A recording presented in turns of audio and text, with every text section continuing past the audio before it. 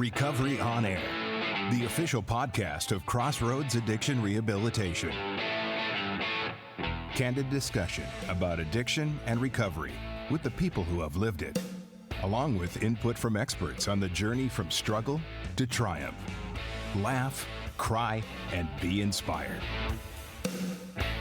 And now, your host for Recovery on Air, Kristen Day. Good morning, and welcome to another episode of Recovery on Air, where we talk about the good, the bad, the miracles. Today, our guest, my friend Marci. I'm so excited because I know little bits and pieces of you and just us being on, some subcommittees together, but I'm super excited to learn all about you. And I kind of just threw you into this, so you had no idea what you were walking into. So welcome. Thank you. Yes, thank you for coming and thank you for being here. I'm so excited. And like I had told you a couple weeks ago, I was so drawn to you just in Mexico when we went to the Rocky Point Roundup, and I just love you. I love you so much. And so like I told you, we're not scripted around here. We just have a natural conversation, and I just want to know all the things. So you're in recovery? Yes. How long have you been sober? I have been sober since November 9th of 1996, so that's 29 years in a few months. Freaking amazing. It is amazing. Wow. It's miraculous, really. It is, absolutely. So before we get into what it was like, how was childhood and everything? Okay, so I grew up as an only child. I don't have any brothers or sisters, so I don't really know what that's like. Wow. My mom and my dad separated when I was 2 years old. Okay. And my dad lived in Phoenix for another 2 years, and then he moved to Colorado. So my mom did the best she could as a single mom, but was always falling for people like us. She's not necessarily one of us, but Gotcha. she definitely had a hankering But for she people like us. attracts them, right? And so, all joking aside, that led to a lot of instability and a lot of violence and a lot of insanity in my early childhood. And I definitely had different coping mechanisms, but I really always felt like kind of two people, I guess. One is living the secret life at home. Right. And another one is pretending everything is okay out in the world, and it worked really well for me for a really long time until it didn't.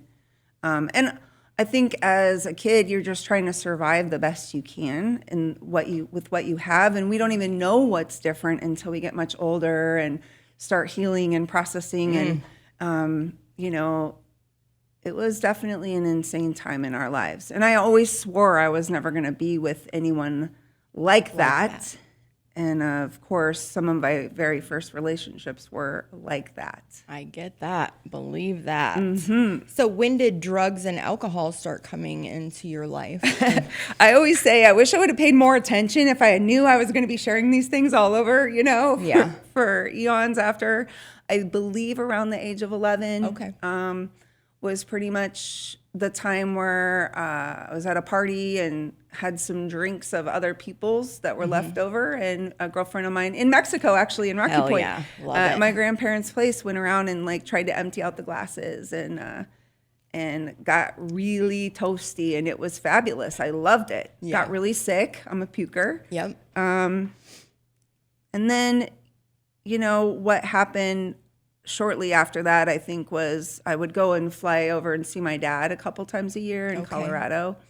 And he would have me mix drinks for him or bring him a beer. And I was always more than happy to open it up and let me get this started while I'm drinking a little bit of this, taking a sip off of that before I bring it to him. And all I can tell you is I love the effect produced. I can remember it right now. I can feel it in my physical body. Isn't that so interesting crazy. After all this time, how we can have that euphoric recall in the body? There's that muscle memory. Yeah. And I just loved it. I loved the way it made me feel. I wanted more. And so that's pretty much when I started. I tried a lot of different crazy things like filling, not Aquanet, it was Final Net hairspray with alcohol. We bring that to school. It tasted like shit, but we still, drank it. Got to do sometimes. I did not really like the taste of alcohol, but I loved the effect. Yeah. And by the time I was 14 years old, I had an opportunity during Christmas break. I was over at a girlfriend's house, and we were drinking a ton. Okay. So much so that I couldn't taste it anymore. Wow. And I don't really remember a lot about that day, luckily. Yeah. But I ended up taking some pills of her dad's. I took some pills of the vet's, apparently. Because, once I'm buzzed, anything, I don't know what's going to happen after that. For sure. So I ended up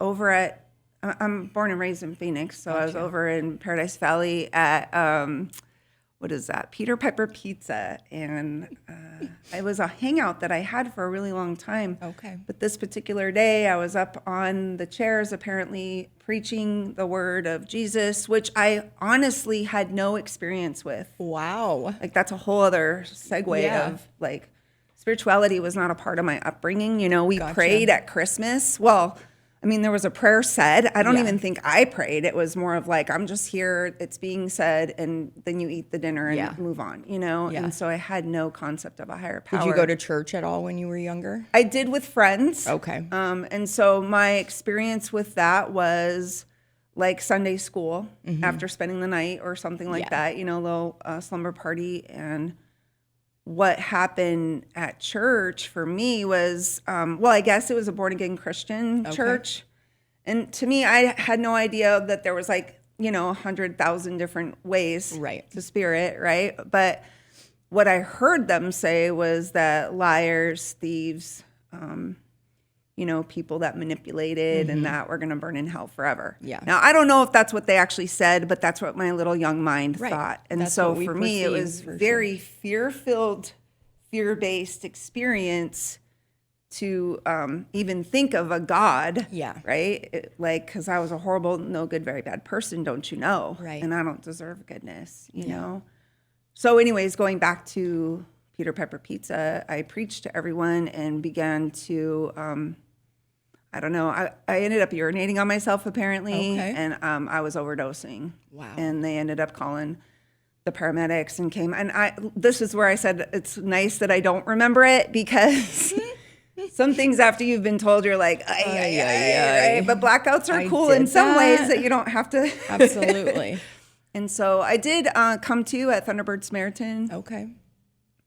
And when I came to, there was this lady hanging over my head. And I remember the neon lights in that room as if it was right now. Yeah. And I was like, oh, are you an angel?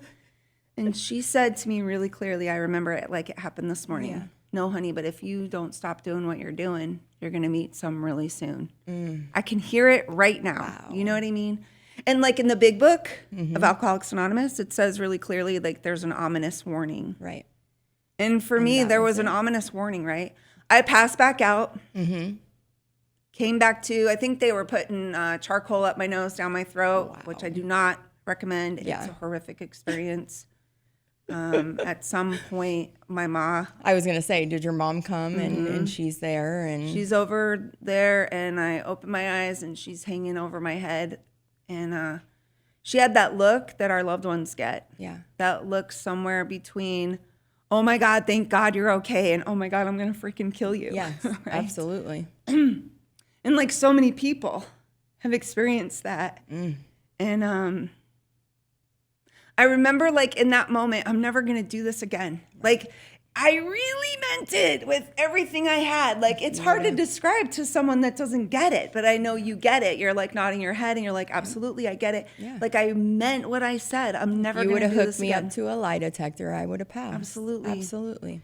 And then also the fact that I was feeling so physically sick was like awful. Ugh. So, don't wish that upon anybody. I ended up like, I'm never going to do this again. Right. And after I got out of there, they said that I had died twice. Wow. And And this was alcohol poisoning plus the pills that you had plus taken. whatever. I don't actually know what all it was. Wow. It was all like, and that's a lot of my story. Yeah. It was all like based on what my friend and my cousin had said. Gotcha. And, you know, I look back now and I was running from some things, but I didn't know it at the time. Right. It's just like, I'm just trying to have fun. I'm just trying to like trying to feel, live my and I life. just want to feel good. I don't want to feel this, but I want to feel this, right? And really trying to control. So was high school like a party and? Oof. Yeah. Well,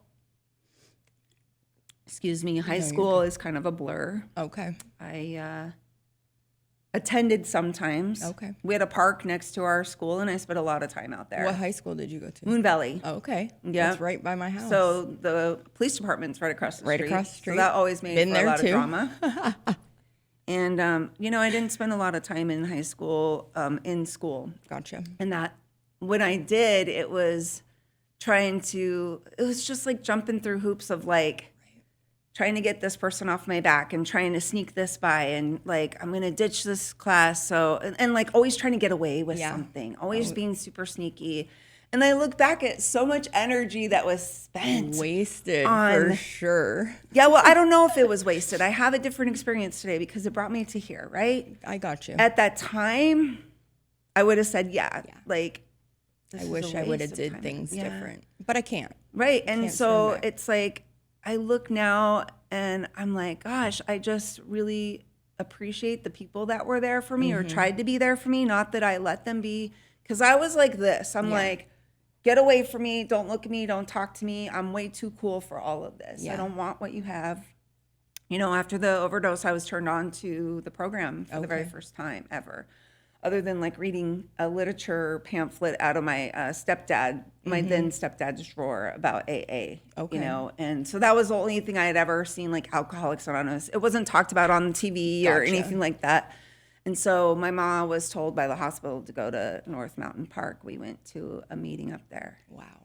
And I always like to tell this part of my story because I think it's really important for people to hear. I didn't want what those people had. I want to do what you do. Don't look at me. Don't talk to me, you know, again, like this. And there was a feeling there. There was a feeling of like connection, community. People were laughing. They were hugging.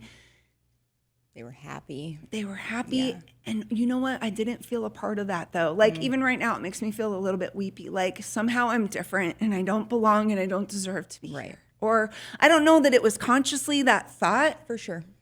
But it was like a separation. Right? Yeah.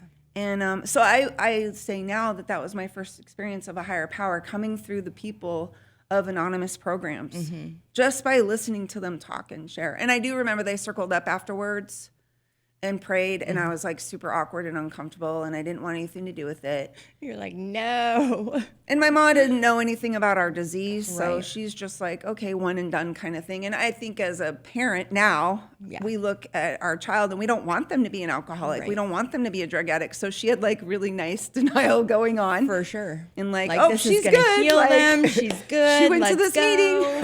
Yes. Oh, I love it.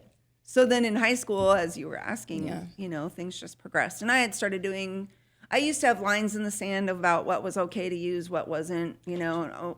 I could smoke a little weed, but I'm never going to do that stuff. And those lines just got blurred, you know, because once I'm loaded, I don't know what's going to happen. And maybe one time I would be able to stop and like do something different. But most times, like, why would I? Right. Why would I? So No, we used I to agree. like put a little Coke on our bong hits and call them Cocoa Puffs, and that's how I was introduced to cocaine. Oh yeah. And I met meth shortly after that and absolutely fell in love. Loved it. That absolutely was my drug of choice. I mean, I'll do whatever you have, but that was my gig. Yeah. And you know, I've been around here almost 30 years, so some of the drugs that are out now I haven't experienced, at least by the names that they're out by. I don't know if I have or not, but I do know that meth was like the thing that It was the good dope back then. well, and it was the thing that took me down fast. Absolutely. Fast. Yeah. You know, by the time I was 18, I was in a real bad way, hanging with some really insane people. and doing some really insane things and just didn't want to be here anymore. And my mom was on a vacation with the next stepdad, who he was my stepdad from the time I was like 15 on. Okay. And he passed away just like a couple years ago. This is the one you were telling me about. Well, I lost my stepdad almost 3 years ago, and I lost my dad just in July. Jeez. So anyway, when they came home from their retreat, I was going to call it their vacation, I had been out of it so bad that I forgot to clean up and, just really wanted to die. Yeah. And they took me to rehab. And I was introduced to the concepts of meetings and staying in a rehab. You get more of the big book, more of the 12 and 12, more of different experiences. And when I was in there, my roommate was just freaking on fire for the program. She was on that pink cloud. She was. She's like, oh, God, this and God, that. And oh, look at this book. And I was like sick as a dog. God. I just need to sleep. I just need to eat. Like I hadn't eaten probably in a week. I'm not exaggerating, I was waking up and still hearing the voices. So I was psychosis. Yeah. And I had kind of I used to think it was just the tweaking that did that, but then when I would get some sleep and eat and they'd still be there, it was like, whoa, like this is a whole other, side of things. But anyway, I don't remember a lot about rehab. I just remember my annoying roommate. I wish I knew who she was. I have no idea what her name was. I don't know where she was, but it was like so beautiful because she is me later, but I was not ready, Right. The one thing I remember about rehab is they did a meditation meeting in there, which I really dug. Okay. Because I love psychedelics. I love to any talk about spirituality, figuring things out around spirituality. It was always kind of my gig as when I was using. Not that I actually had an experience of having a relationship. Yeah. There's a very big difference there, right? For sure. But I remember we did a meditation and I felt connection or something, And the other thing that I remember about that place was that they had an H&I meeting. And I didn't know that that's what it was. Okay. I'm just having to go to another meeting. Right. I just want to sleep and eat. Don't talk to me kind of thing. And I remember going in there and there was 3 people. They were happy. I don't know if they were men, women. I couldn't tell you. I think it was a mix. And that feeling that I felt at North Mountain came back through them. And I really do consider that my higher power moving through other people and speaking to me in ways that I can hear, right, when I'm in that place. Absolutely. And, I was 18. I was old enough to sign myself out. It was Christmas time. And I did. Yeah. And that night I was back doing what I always did with the same people I had always done it with. Yeah. And I would change friend groups, but this particular night I'm by myself in the bathroom alone with all my friends on the other side of the door. Right. But I'm having a good time. And this time it's going to be different. Yeah. What was really different about that time period is that because I'm a seeker, I read a lot. Okay. And it really was an awful experience when I look back on it because it just created more and more separation where I didn't feel the things they talked about in these books. Yeah. And I wanted that connection so bad. So bad, for sure. But my gig is always looking on outside to try to make something feel better from the outside in, and whether that would be relationships or if I dress this way or look that way or, listen to that music that you like. I'm a really good chameleon when, man, such a lonely place. Yeah. Absolutely. And Absolutely. I had a good friend that I totally screwed over. She and her boyfriend got in a big fight and she had a secret. And I told him about it. And the next thing you know, I'm with him. You know what I mean? It's that's the kind of insane relationships that I have. And in my mind, it's just needing to be needed. There's that Jane's Addiction song from years ago. I want them if they want me. Yeah. And that's how I lived was feeling, it's hard to like get in touch with that part of myself now because she's so different today, right? So different. But like feeling disconnected from everything and everyone, and nothing's filling it up. So maybe having a baby will. Yeah. We know how You know, that is. and me and this dude Get pregnant. Yeah. Yeah. And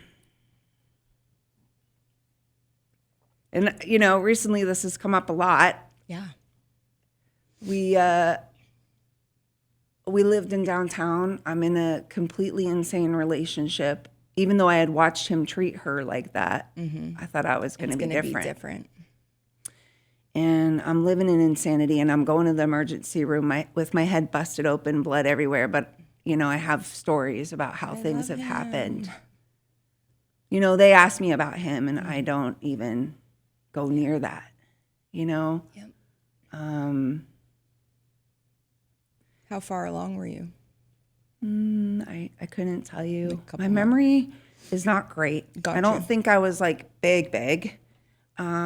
But my memory is not good. I was talking to my now husband about this morning. I'm like, it's hard to like talk about stuff that you're like, I don't remember, you know? Plus it's been a really long time. And I think I really damaged some brain cells from that time. Or it's my body's way of, you know, healing it and trying to just move past it and not hold on to it anymore. Yeah. And so, you know, one of the things that happened for me was that I had this intention of like, I always had great intentions. I really did. Like, I really believed what I said. And I wanted to be a mom. I was excited. Back then we didn't have the internet. So I'm like writing into all these places in like Baby Magazine or whatever. And I want these free whatever. Free stuff. I was like so excited about all of this. And I had done really well with like not using or drinking anything for quite a while. And we lived in an apartment complex where my then husband is, and I use that word lightly, like it's not anywhere near a marriage of what I've experienced in recovery, you know, but on paper, I know you get it. Yeah, I absolutely get it. We lived across the way from the drug dealer, basically. Okay. And little by little, like my ability to say no or to not, to like really mean it anymore is just dissolving. Yeah. And I was like, okay, Spirit, whatever you need me to share today. And now I'm like, no. Okay. So I'm about 5.5, 6 months pregnant. I got a belly. Yeah. And I have this big job interview to go to McDonald's down the way from where we live downtown. And I'm excited about it. My mom even bought me a new outfit to go. Yeah. I'm feeling like purposeful. I'm going to go and get a job to take care of my son, you know? Yeah. And because things were not going well and nobody was taking care of anything at that point. And I was just going to go bum a cigarette across the way. Yep. And up to that point, you know, I think I was able to like manage things. Sure. But I got over there and people were smoking, and they were smoking speed, and there was a big circle of them, and I hung out for a little while, and then after a little while longer, I joined them. Yep. And then I'm going to be late to my interview. Looking at the clock is what I'm imagining. Sorry, in my mind it's there, and so you know I got time. I can just tell them it's more of that shuffle of like. Got to manage. Got to do this. Got to do that. Yep. Like all this controlling of the uncontrollable. Like it's complete insanity. Absolutely. To live in that, you know? And also, I was having a whole lot of shame and fear with my using friends. And they probably already knew, you know what I mean? Like, or probably didn't care. I don't know. They didn't care. But in my mind, it was like I had to hide this, right? Like I'm sitting there smoking while I'm like, full-blown belly, you know? You and me both, girl.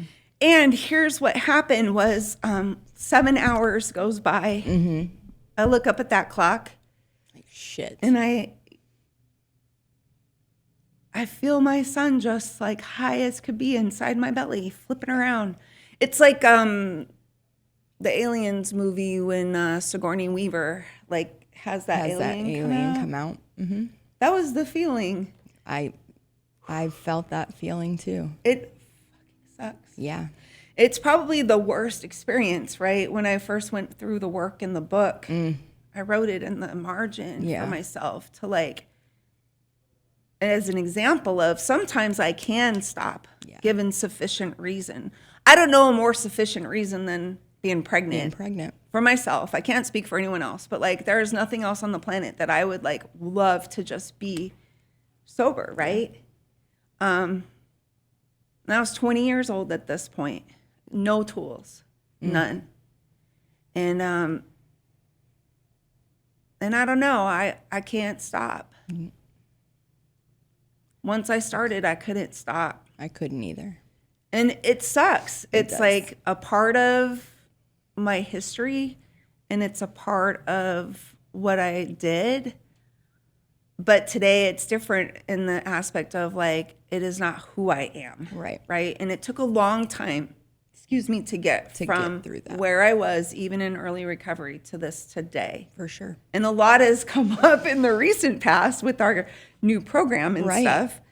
And so anyway, you know, when I had my son, I would love to tell you that things got better, and it just got worse and worse and worse. You know, and there was a time where he was in the hospital. He had a pyloric stenosis issue, which is the top valve of your stomach. Not, it was tight like so this. It wasn't like producing. So he wasn't being able to take in the formula. Gotcha. And so he was projectile vomiting. And, you know, I had a daycare job because I would be able to like get jobs here and there. I just could never keep them. Just like I could stay clean for like a second and then, you know. For sure. And I was at this daycare that I worked at, and my then husband had called and said, you know, they're at the hospital and the baby's not doing well. And, you know, we didn't ever really stop what we had been doing. We just progressed. Yeah. And this is December. My son was born October 6th. Wow. And this is in December. And he's a Libra. Me too. And that baby almost died in the hospital. And, you know, I wasn't able to be present. Get it? There was a lot happening. People were like calling in last rites on his side of the family. They wanted to have a priest come and give the last whatever. Yeah. And I was like so disconnected from what's happening, you know? I can only imagine. And it's such a strange, surreal experience. I really don't talk about it a lot other than when I'm working with other women or apparently, you know, I prayed about it and this is what's coming out today. So here we are. I know, right?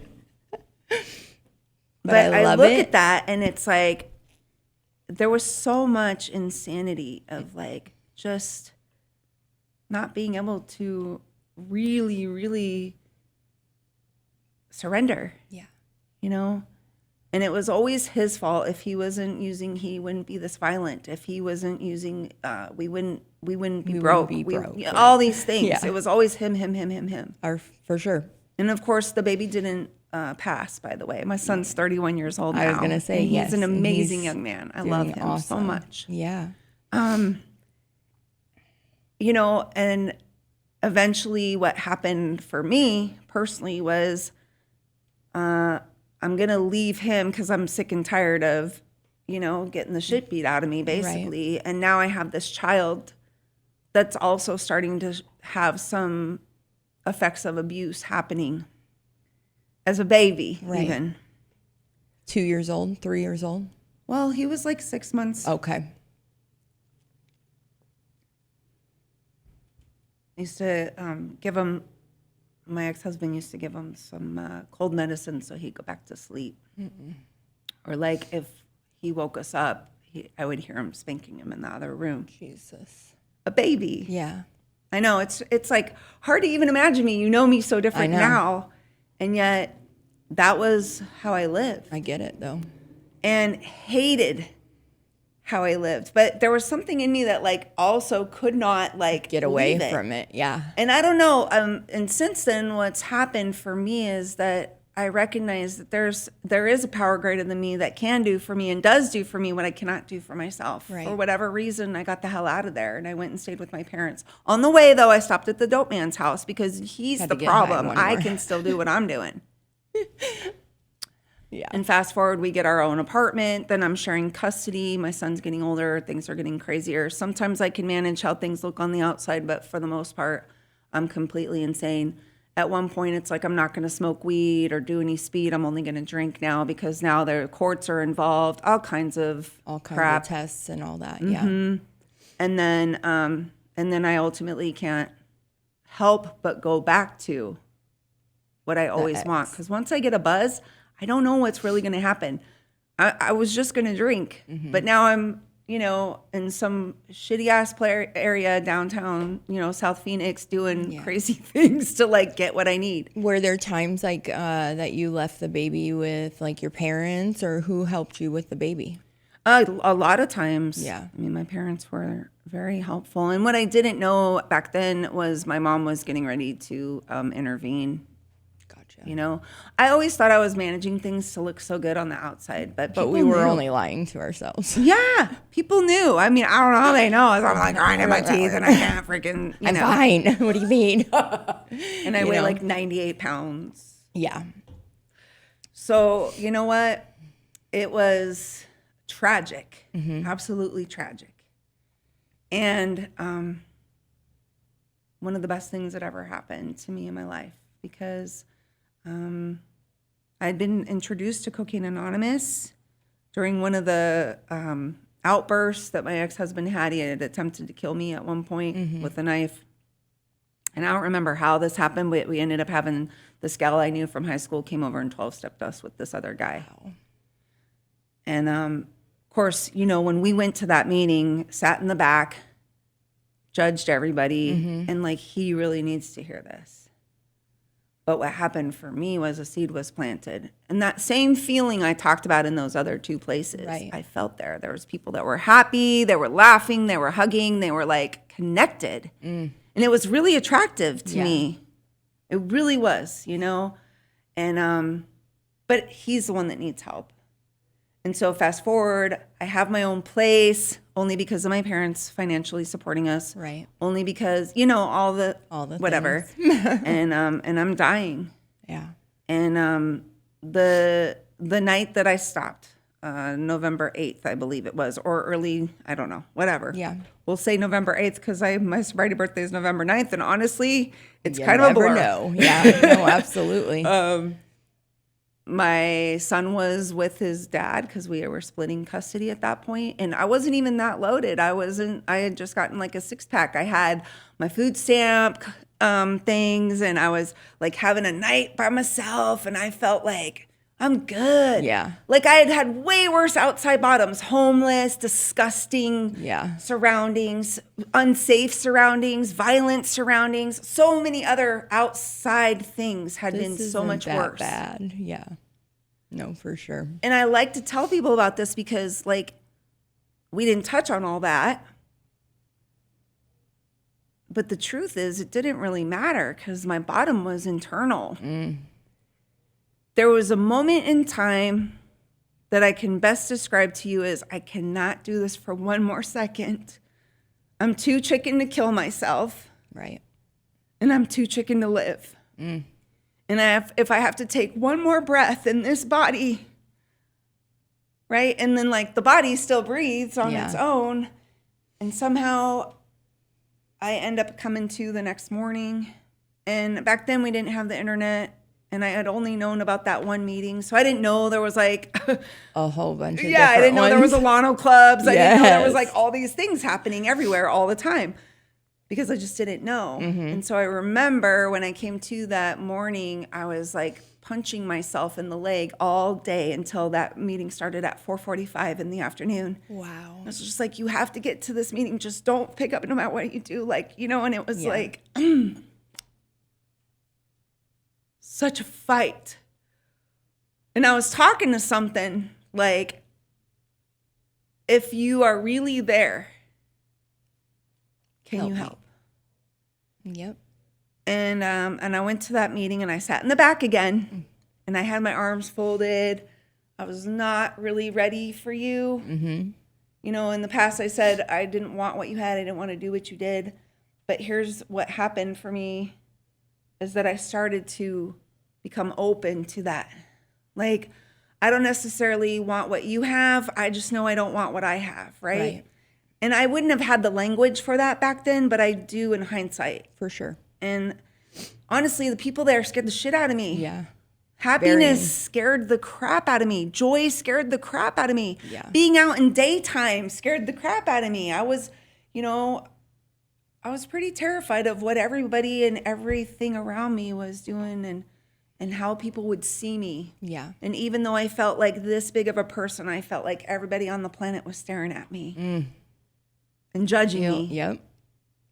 And I sat, it was a ticket topic meeting, and this dude, when his ticket got pulled, he's like, yeah, and if you're sitting in the back with your arms folded like this. And I was like, like everything in me. And there's like, I don't know, 50 to 80 people there at that meeting. It was a quite full meeting. God. Everything in me, there was a... You're like, oh God, he's talking right to me. And about me in front of all these people. Like, and like I've since talked to him and he didn't remember that. But of course, that's how it rolls, right? And there was a couch in the back with the door right here. And I could have easily gotten up at any moment.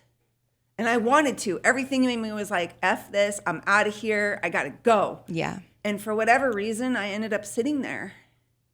And like, not even seconds later, this woman comes over and hands me her number and asks me if I need a sponsor. Now, I had been around the rooms before. Right. So I kind of know how to fit in to your whole language and what you guys have going on. For sure. I was in a Cocaine Anonymous meeting, so I was like, in my mind, I was only drinking last night. So, you know, immediately I'm like, oh yeah, I just need to like work these steps. And I'm like talking about what's on the wall. I have no concept of what that actually means. She's just like, okay, honey. And I was like, yeah, I've been clean for 6 months, I told her. But you've been drinking. Well, I didn't hear the all mind altering substances thing for a while. For sure. And she said, okay, well, call me anyways. She asked me if I'd be willing to go to 90 meetings in 90 days. And honestly, Kristen, I was so desperate to not feel how I was feeling that I just said yes. Good. 22 years old now, terrified of you, but more terrified of me. Mm-hmm. You know, and part of me was always like this pushing away, but also there was a part of me like, please see me. Yeah. Please. Because if I don't have someone see me, I don't know if I'm going to make it through this. Yeah. Yeah. And so that woman saved my life. And it's simple things, right? She told me to get a book, which I had. I had been reading it by myself in the closet the night before. Wow. I do not recommend that. It was horrible. I was reading I was reading about the fellowship that grows up around you. Yeah. I cannot tell you the most lonely experience of my life was that. And also, it was the most beneficial, right? Because it opened this like portal to like, here I am today. Yeah. And how amazing to have someone, you know, when you tell them for the first time, well, actually, because I crawl back and be like, I think I only had like 3 days sober. And she's like, why is that? And I said, well, because I was drinking right before I met you. She's like, oh, okay. Well, call me tomorrow. Yeah. You know, and like the freedom that a small gesture like that can give someone else. We don't know how we are affecting other people with how we speak to them, the smile we offer them, the hug we give them at a meeting. It may be just that one little thing that helps somebody so much. Mm-hmm. So with that being said, then I wanted to get into like the whole thing that we're doing now, because I know that is why God has us intertwined together. You talking about, you know, getting loaded while you were pregnant. I too got loaded while I was pregnant. And thankfully, I got arrested while I was 6 months pregnant, high as a kite, and ended up in jail. Otherwise, I wouldn't have been able to stop for those last 3 months. I wouldn't have been able to. There's no way. I was getting high so much that I couldn't stop. So, and now we have started this subcommittee, and we get to have women feel comfortable in sharing and talking about being on substances and being pregnant or using while they were pregnant, and having a safe space. And now we get to show them that it's okay and that we're not here to judge you and that you're not alone. So can we talk a little bit about that before we get into what it was like or what it's like now for you? Because life is amazing. Yeah, there's like a big space in time where a lot of healing took place of doing the steps and doing this work, right? And developing that relationship that I talked about with a higher power. My creator and I have had a morning practice pretty much since I met Robin, that lady I told you about. And it's looked different over the years. But one day back in December, I was sitting on my couch after my prayer meditation that morning. I'm just having my coffee, and I can't tell you how spirit speaks to me. It's not like words. It's just like, I don't know. Anyways, I got this like image of like creating an opportunity for women that are pregnant to have a place to go where they can feel really anonymous, because sometimes even in meetings, people don't feel anonymous, right? Because there's other people, and if you're feeling ashamed and afraid as I was, I'm not sure I would have went to a meeting with a big belly and admitted that I was. I don't know, because I didn't do it, but I'm pretty sure I wouldn't have, Yeah. And so Spirit put this thing in my mind about, creating a space for that. And then the other part of our program is to go out into the public and educate care providers about our disease. Because I had a horrific experience during my labor. And maybe it was whatever. It was what it was from that lady. It's her perspective. Obviously, as a 20-year-old girl who's having a child, I was mortified and afraid. Somehow she knew I was using. I probably didn't hide it well, right? Even though I thought I did. And I remember her coming over during my labor and saying to me, we're going to test your child as soon as he's born. And if he's dirty, we're taking him away. Yep. And she like said it through gritted teeth, and she was so angry with me. Yeah.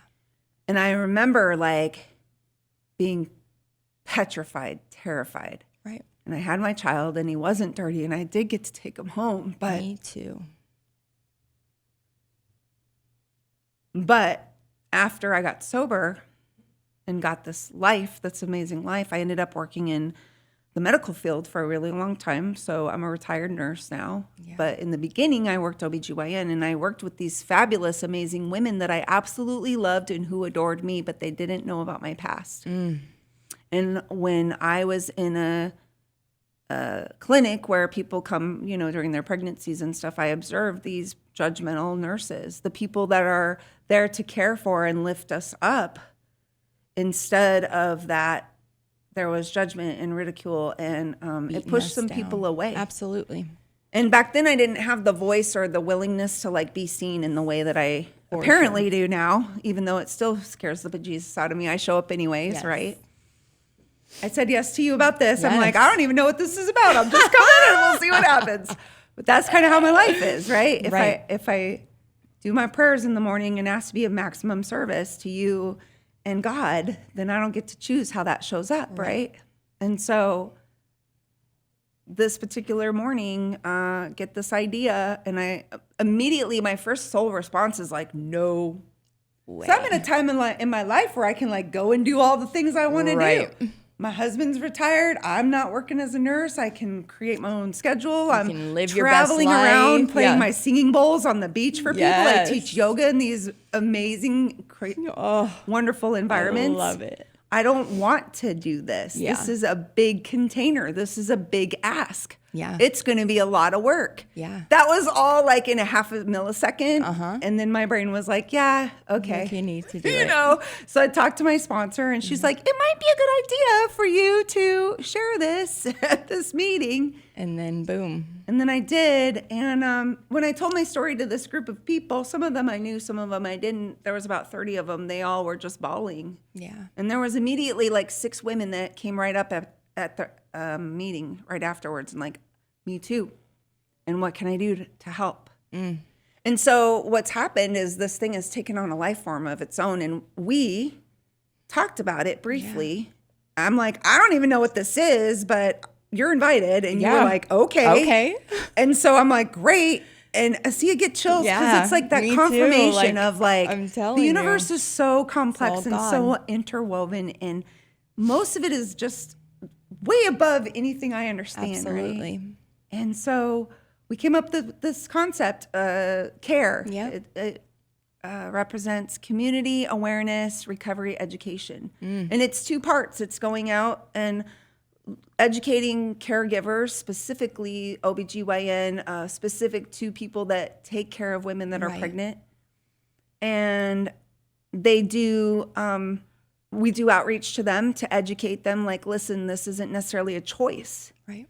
And so it's a big ask to like it's one thing to talk to another drug addict and alcoholic, but to be involved with strangers, you know, if I'm honest, I still have fear around it. It's like, oh man. I think that it is going to do so good though if we get it. I know we're going to get it in front of the right people, and it's going to blow up even more than it already has. Well, and it's amazing to me because that was December. This is March. Right. We already have shirts, business cards, meetings, mugs.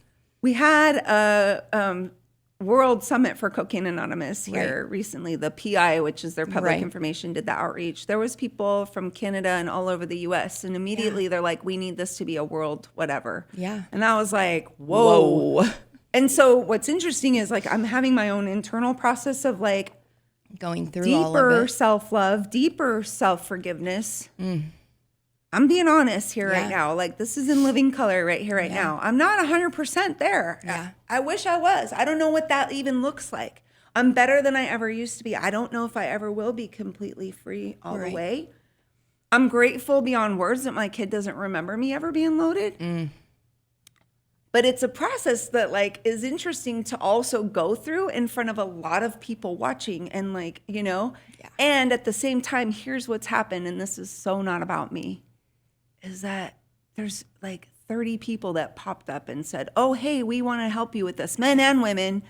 And then they're like, because I don't know how to do a lot of these things. I've been involved in service on many, many levels, but this kind of stuff is like honestly not my thing, right? And or hasn't been in the past. And so I'm like, I don't really know how. I have to ask a lot of questions.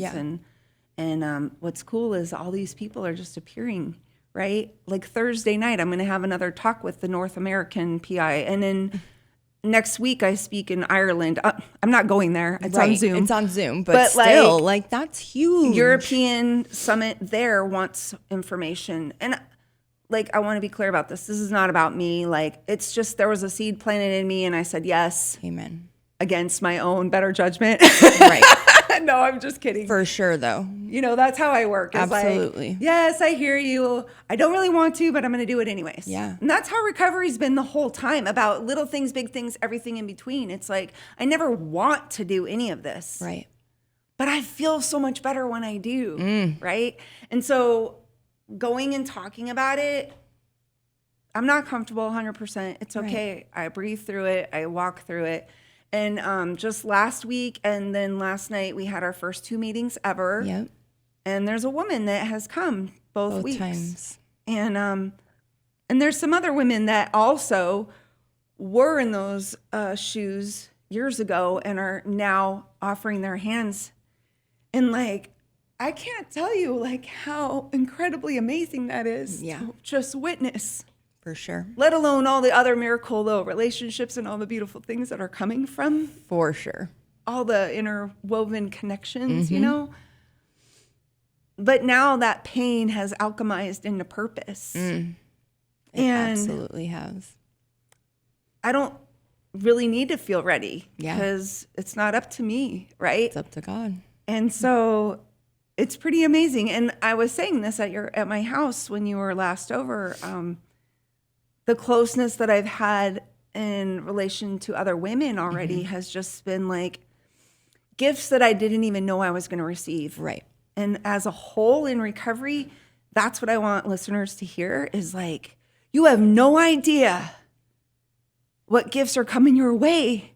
Yeah. If you just say yes, you don't even have to know how, you don't even know Right. whatever. Just do the next right thing. Do the next right The thing. action will change everything. It totally will. And then the faith gets bigger and bigger as we go and grow, right? Yeah. And so there isn't really anything to be afraid of. Not really. Right. And it's just such a blessing to be able to like reach another woman and say, hey, you're not alone. Here's a way out. Right. It's by going in. Mm-hmm. It's by doing this work For sure. as deeply and honestly as you can. And you will be amazed before you're halfway through, you know, and finding freedom and peace and connection beyond what you ever knew was possible. Yep. It's hard to even put into words. It's ineffable. It Like is. you can't It is. describe. Yeah. No, and I'm so grateful to be a part of it, and I talk about it so much. Like I pass out, I'm because I'm always out and about, so like I'm always passing out flyers and this and that, and just talking to different people, and I'm just like, this is going to change so many people's lives, so many women's lives more than anything, And the babies. Yeah, for sure, The babies. for sure. Kristen is a rock star, by the way. She is everywhere, like all the time, and she does so much out in our community, not just for the care committee, but for It's my purpose. I know that's why God saved me, absolutely. So, and I'm super glad that God put us together because we're going to do this. Yes. So It's happening. It's way happening. I mean, we even have an opportunity for Washington for that retreat, and that girl was telling us, and like, I'm like, oh my God. Like, Yeah, it's all just these things just open. Can you do this? Can you do this? Can you do this? And I'm like, okay. I just keep saying yes. Yeah. So before we close, what does life look like today besides all of that? Married. Oh my gosh. I met the love of my life in the Yes. rooms. We were being of service. Okay. We were friends for about 8 years. He's a realtor, and I needed to sell my house, which I actually had a house to sell. I mean, we're fast forwarding through so much of my life, right? And I don't know. We just got closer in our friendship over the sale of that house. Yeah. We just talked more often and things like that, and ended up dating and ended up falling in love. And we've been together 21 years now. Wow. Yeah. It's wild. We're going to be married 19 years in June already. Wow. He is an incredible, amazing human being. Yeah. And is everything I would have ever dreamt of in a partner. And here's what I also want to say is that I am everything I'm dreamt of as a partner. Not to say that I'm like perfect, because there's nowhere near. But what I'm saying is I had to shift my frequency and become the woman I wanted to be before I could attract something different than what I had always attracted, Absolutely. And about a year into our marriage, he asked if he could adopt Sky. That's my son. I love And I said, well, we're going to have to talk to him about it. And, when my son turned 5, the guy I told you about, his father, in that respect, disappeared from our lives. And we haven't seen him since. And so it's interesting when, Burton showed up in Sky's life. Sky was, I think, so hungry for that affection and connection. Yeah. And so he was absolutely thrilled. And Wow. we went through that process, and he's been his legal father for well over 2 decades now. Wow. And they have an incredible relationship, and being able to witness that is just something that's Yeah. really, again, a gift that I would never have imagined, life has been interesting the last several years with this loss of parents. I'm lucky enough that I had 4, but now I have 2. And aging parents is a different experience. I feel that right now. You know, it's again like alchemizing pain into purpose in so many ways. Like it seems like to me, everything I go through is to be of service to someone else later, you know? And there was a time just not that long ago in grief that I was feeling like I really didn't have anything to offer, you know? And I know that's not true or real, but like, I think it's important to talk about because people have this idea that like, if you have X amount of years of sobriety that you're like, whatever. Well, like life is still happening. And I mean, I never stopped going to meetings. I've always stayed plugged into the rooms, always. And I'm grateful for that because I love the life it produces for me. Like I talked about the effect produced by alcohol and drugs. The effect of the program and recovery is absolutely way more and wonderful. Yeah. But that doesn't mean that there's not pain. And so life gets lifey. Yeah. And there's people around me that support me. I have the most incredible women in my life, you know, and I shared about working as a nurse about 15 years ago. I've always held like women's groups. I love meditation. I love, I teach meditation. I wrote a book about meditation. I love sharing that primarily in the rooms of recovery, but also it's started to spill out into the world. And I was hosting a women's retreat about 15 years ago. And this woman that I had hired to come play her harp for us gave me this ginormous crystal bowl. Wow. And I was like, wow, this is cool. Like, what do I do with this? Yeah. She's like, oh, and she showed me how to do it. And I'm like, well, I don't really know what to do with this. She's like, you will. And I had already been involved with energy work, Reiki, and some other spirituality that I really felt connected with at the time. And so it was just like a natural progression of opening that doorway to sound healing. And, And I, you know, on my own inner journey have sought through breath work, yoga.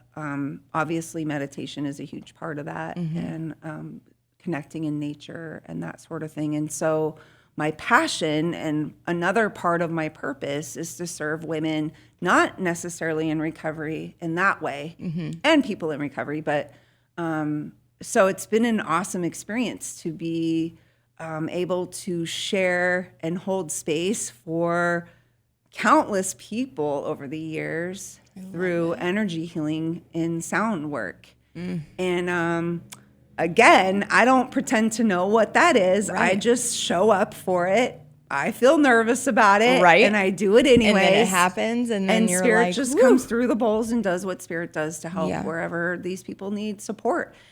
And what a blessing. What an absolute blessing.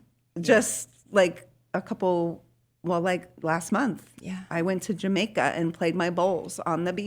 For these amazing like, you people. can't even make that up. People all over the world came and I got to play these bowls. Yeah.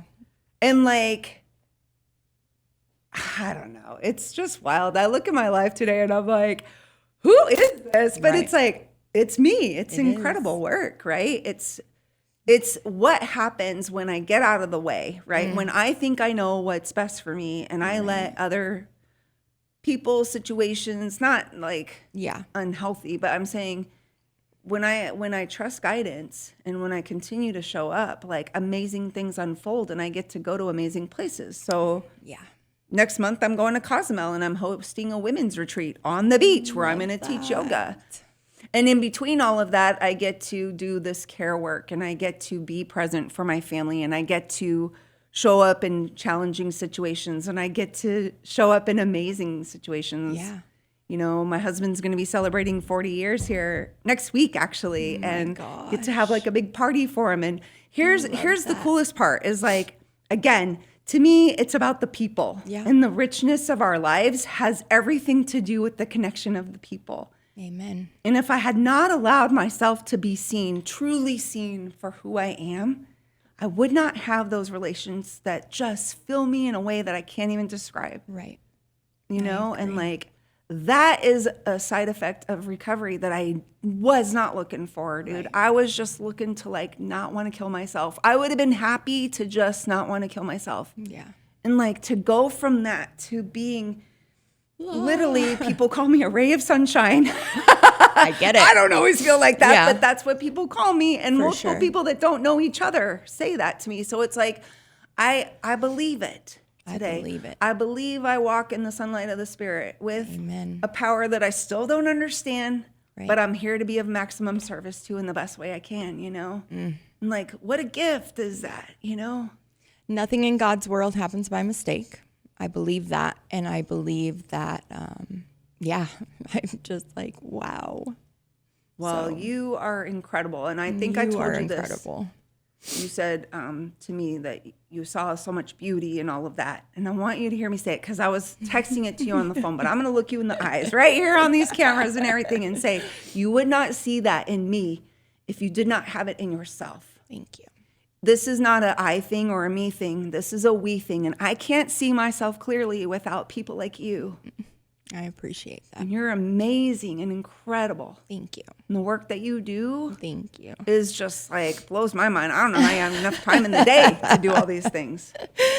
I mean, I am struggling these days, but here we are. So if really quick before I do close, if anybody is looking for you, they want to hear sound bowls, anything, how can they find you? My website is really simple. It's my name. It's Marci Cagen, MarciCagen.com. I love it. And all of my events and offerings are on there. I love it. And I'll actually add it into the recording as well. Awesome. Well, thank you. Yes. And thank you so much for coming on. I love you so much. It's my pleasure. What a blessing. And if you are struggling, you can always reach out at thecrossroadsinc.org, or you can come to our corporate office at 2002 East Osborne Road. We take all commercial insurance and all access plans. And again, Marci, thank you so much for coming on. Thank you. With that, I will pass. Bye.